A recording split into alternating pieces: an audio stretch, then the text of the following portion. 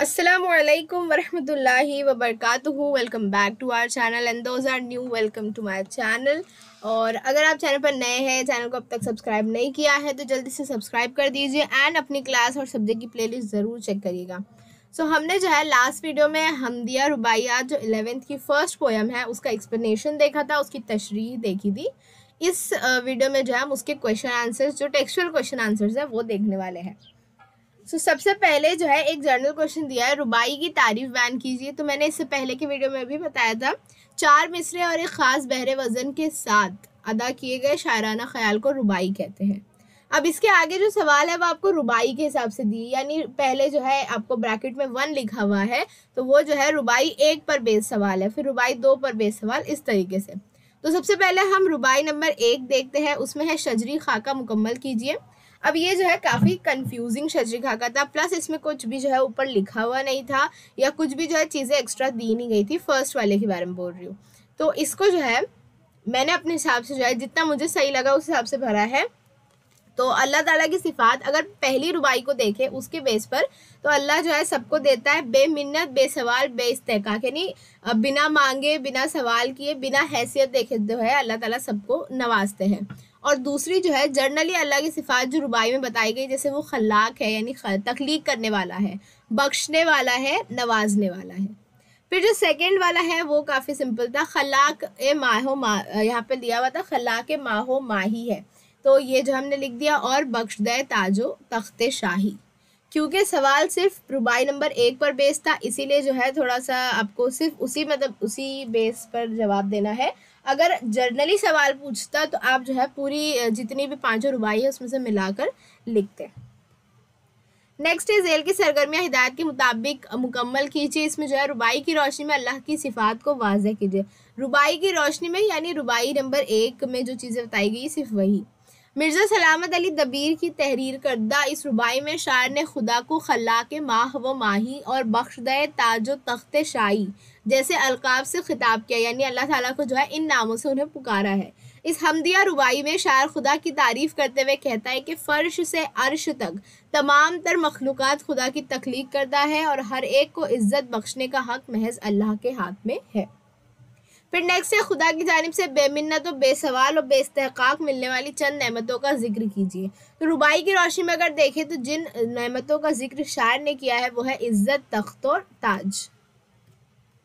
फिर नेक्स्ट है रुबाई के किसी एक काफ़िए का इस्तेमाल अपने जुमले में कीजिए। तो यहाँ पर जो है 3 काफ़िए है, माही है, शाही है और इलाही है। तो इसको जो आपको किसी एक को जो है जुमले में इस्तेमाल करना है।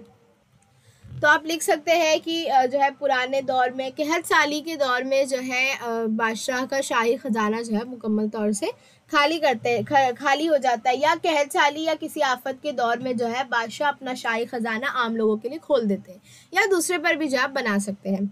फिर है रुबाई का मफहूम वाज़े कीजिए, यानी इस रुबाई में क्या चीज़ बताई गई है, इसकी क्या मानी है। तो दर्ज झेल हमदिया रुबाई मिर्ज़ा सलामत अली दबीर की तहरीर करता है। इस रुबाई में शायर खुदा की हम्दो सना करते हुए कहते हैं कि अर्श से फ़र्श तक तमाम तर मखलूक़ात अल्लाह की पैदा करता है। अल्लाह तबारक व तआला हर चीज़ का खालिक व मालिक है, हर शय उसके ताबे है, वही इज़्ज़त व वक़ार बख्शने वाला है। अल्लाह अपने बंदों की दुआएं ज़ुबान पर आने से पहले ही सुन लेता है और बंदों को बिन मांगे बेशुमार नेमतों से माला माल कर देता है। नेक्स्ट आते हैं रुबाई नंबर 2 पर, खाका मुकम्मल कीजिए। सबसे पहले है रोशनी देने वाली 4 चीज़ें। तो मिसबाह, नुजूम, महताब और आफ्ताब, ये सारे जो है अगर इसके मानी हिसाब से देखें तो ये रोशनी देने वाली चीज़ होती है। फिर है रुबाई में इस्तेमाल होने वाली सनत को वाज़ेह कीजिए। तो अगर आपको पूरी सनतें मालूम होगी तो it's quite easy for you to identify this, but अगर आपको सनतें नहीं मालूम है तो आप जो है ग्रामर वाला वीडियो चेक करिए, वहाँ पर आपको डेफिनेशन एग्जाम्पल के साथ बहुत अच्छे से जो है नोट्स मिल जाएगी। तो इस जो रुबाई में एक मिसरा आया है, मिसबाह व नुजूम व आफ्ताब व महताब, इस ये जो है सनत तज़ाद है, यानी जब किसी शेर में 2 मुतज़ाद अल्फाज का इस्तेमाल होता है तो उसे सनत तज़ाद कहते हैं। और इस मिसरे में जो है आफ्ताब और महताब यानी सूरज और चाँद जो है वो मुतज़ाद अल्फाज है। फिर है रुबाई में बांधे गए मजमून को बयान कीजिए। तो इसके भी वही मानी होते हैं कि रुबाई की तशरीह कीजिए, रुबाई के मानी बताइए, रुबाई में शायर क्या बात कहना चाह रहे हैं। इसे जुमले अलग अलग है, बात यही है कि रुबाई की तशरीह कीजिए। मिर्ज़ा सलामत अली दबीर की तहरीर करदा हमदिया रुबाई में वो कहते हैं कि इस कायनात की हर शय खुदा का कुर्ब हासिल करना चाहती है, हर शय खुदा को पाना चाहती है। कुरान में खुदा फरमाता है अल्लाहु नूरुस समावाति वल अर्ज़। शायर इसी बात को बयान कर रहा है कि परवाना जो शम्मा की तरफ लपक रहा है वो दरअसल शम्मा की तरफ नहीं बल्कि खुदा के नूर की तरफ लपक रहा है।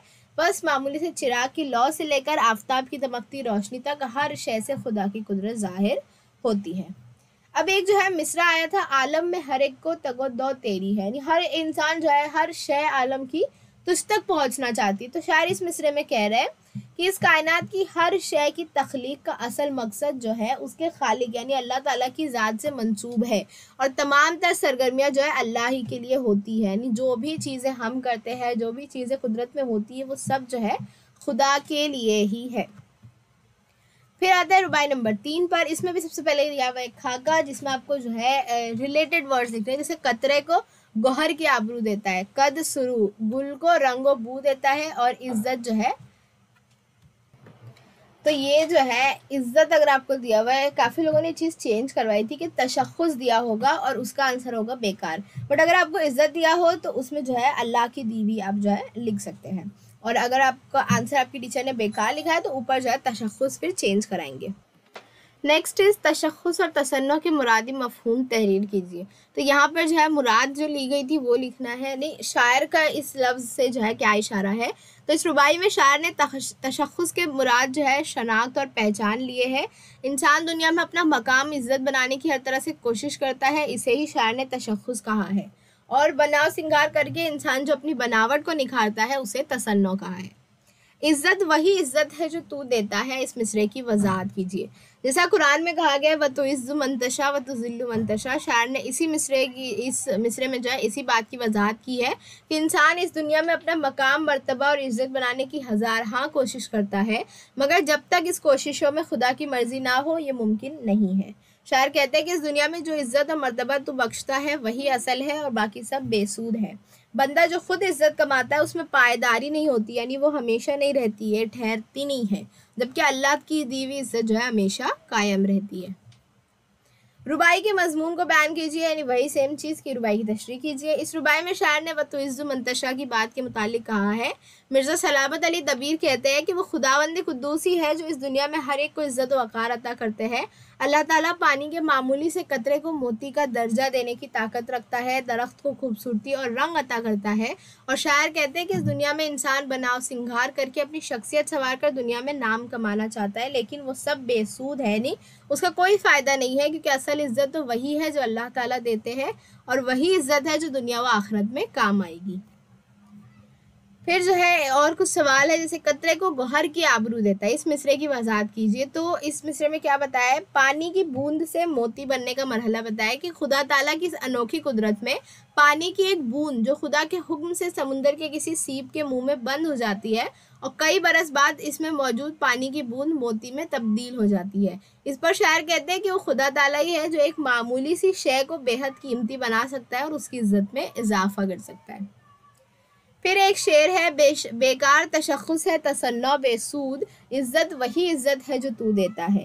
यानी इस दुनिया में इंसान हर वक्त अपने आप को संवारने, अपनी शख्सियत को निखारने में मसरूफ़ रहता है, लेकिन इंसान की बनाई इज़्ज़त, उसका मकाम और लिबास किसी काम का नहीं, क्योंकि इसमें पायदारी नहीं होती। लेकिन खुदा की जानिब से जो इज़्ज़त और रुतबा हासिल होता है वही पायदार और ताहयात कायम रहने वाला है।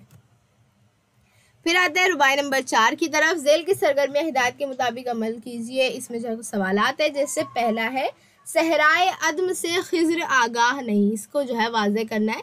तो इस मिसरे में शायर ने हज़रत खिज़्र का जिक्र किया है। कहते हैं कि खिज़्र वो शख्सियत है जो अमर हो गए, यानी वो मौत का मज़ा कभी नहीं चखेंगे। तो शायर इस मिसरे में कह रहे हैं कि सहराए अदम यानी आखिरत से जो है खिज़्र आगाह नहीं है, क्योंकि वो अमर है, इसीलिए उनको क़यामत, आखिरत, मौत इसके मुतालिक जानकारी नहीं है। खिज़्र रहनुमा है, रहबर है, वो लोगों को राह दिखाते हैं, हर रास्ते से वाकिफ़ है, मगर उन्हें अदम के सहरा की खबर नहीं है। और उस वक्त जो है बंदे के साथ खुदा ताला और उसके आमाल ही होते हैं। इस रुबाई में इस्तेमाल होने वाली सनद लिखिए। तो मंदजा वाला मिसरे में, यानी जो ऊपर मिसरा बताए, यानी सहराए अदम से खिज़्र आगाह नहीं, इस मिसरे में हज़रत खिज़्र का जिक्र हुआ है, इसलिए ये सनत तलमीह की मिसाल होगी।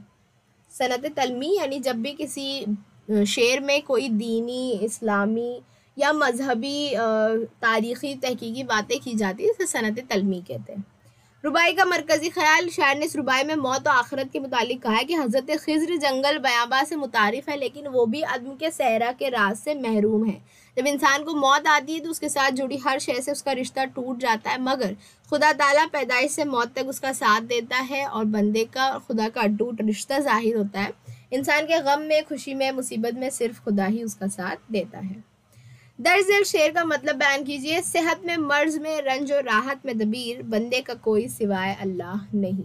वही सेम चीज़ है कि मिर्ज़ा सलामत अली दबीर की इस रुबाई में वो कहते हैं कि इंसान की ज़िंदगी में मुख्तलिफ अदवार और हालात आते हैं। इंसान के गम में, तकलीफ़ में, तंदुरुस्ती और बीमारी में, खुशी और राहत के पल में उसके साथ कोई हो ना हो, अल्लाह ताला हमेशा मौजूद होते हैं और खुदा के सिवा बंदे का कोई मददगार नहीं होता। इसके अलावा एक एक्स्ट्रा पॉइंट आप लिख सकते हैं कि इसमें जो है सेहत और मर्ज, रंज और राहत जैसे अल्फाज इस्तेमाल हुए जो कि अपोजिट वर्ड्स हैं, इसीलिए शेर सनत तज़ाद का शेर होगा। रुबाई नंबर 5 लास्ट रुबाई है। इसमें जो है सबसे पहले खामा भी मेरी तरह सियाकार नहीं है, इस मिसरे की इस्तेसानी वजाहत कीजिए। इसमें क्या बताया गया है? तो इसमें शायर कहते हैं कि अपने गुनाहों का जिक्र करते हैं और कहते हैं कि कलम की स्याही इतनी ज़्यादा गहरी नहीं है जितने ज़्यादा तारीक और गहरे उनके गुनाह हैं। मश्क़ गुनाह के मानी और मफ़हूम वाज़े कीजिए। तो मश्क़ गुनाह से मुराद गुनाहों की कसरत है। शायर इस कदर गुनाह करता है कि उसे गुनाहों की आदत पड़ गई है। मश्क़ करने से जिस तरह हम किसी चीज़ के माहिर होते हैं, उसी तरह मुसलसल गुनाह करके जो है शायर गुनाह करने में माहिर हो गए हैं। फिर है रुबाई का मरकज़ी ख़याल। तो आखिरी रुबाई में शायर मिर्ज़ा सलामत अली दबीर कहते हैं कि मैं बड़ा गुनहगार हूँ, बल्कि गुनाह की वजह से कलम की सियाही से ज़्यादा सियाह हो गया हूँ, मगर मेरे गुनाह जितने ज़्यादा नहीं, अल्लाह ताला की गफ़ारी का मामला मेरे साथ उतना ही ज़्यादा है। तीसरे मिसरे में शायर ने साफ कहा है कि इसे मेरी जुर्रत नहीं समझे कि मैं खुदा दोनों अपनी जगह यकता है, गुनाह में मेरे जैसा कोई नहीं और मगफिरत करने में खुदा जैसा कोई नहीं है। फिर लास्ट है इस रुबाई में सियाकार, ज़िनहार, गफ़ार जैसे काफ़ी इस्तेमाल हुए, तो उससे रिलेटेड जो है हमको राइमिंग वर्ड्स बनाने हैं, जैसे लाचार है, गुनहगार, बेकार, बदकार वगैरह। फिर है कार, लाहका का इस्तेमाल करके 4 नए अल्फाज का शब्की खाका बनाइए। पहली चीज़, लाहका क्या होता है? किसी भी मानी लफ्ज़ में यानी एक पूरे मानी यानी पूरे मुकम्मल मीनिंगफुल वर्ड में आखिर में कुछ जोड़ा जाता है, जिसे हम सुफिक्स कहते हैं, तो वो जो है लाहका होता है। तो कार लगाना है हमको लफ्ज़ के साथ और उसका शब्की खाका बनाना है, यानी उसका वेब बनाना है। तो हम जो है फ़न के साथ लगाएंगे, तो फ़नकार, बे के साथ बेकार, कलमकार और बदकार। सो विद दैट नोट हमारा आज का वीडियो खत्म होता है। उम्मीद है आपको समझा होगा। वीडियो को लाइक करिएगा, शेयर करिए अपने क्लासमेट्स एंड स्टूडेंट्स के साथ। कोई डाउट हो तो नीचे कमेंट जरूर करेगा। And thank you very much for watching. Take care, bye bye.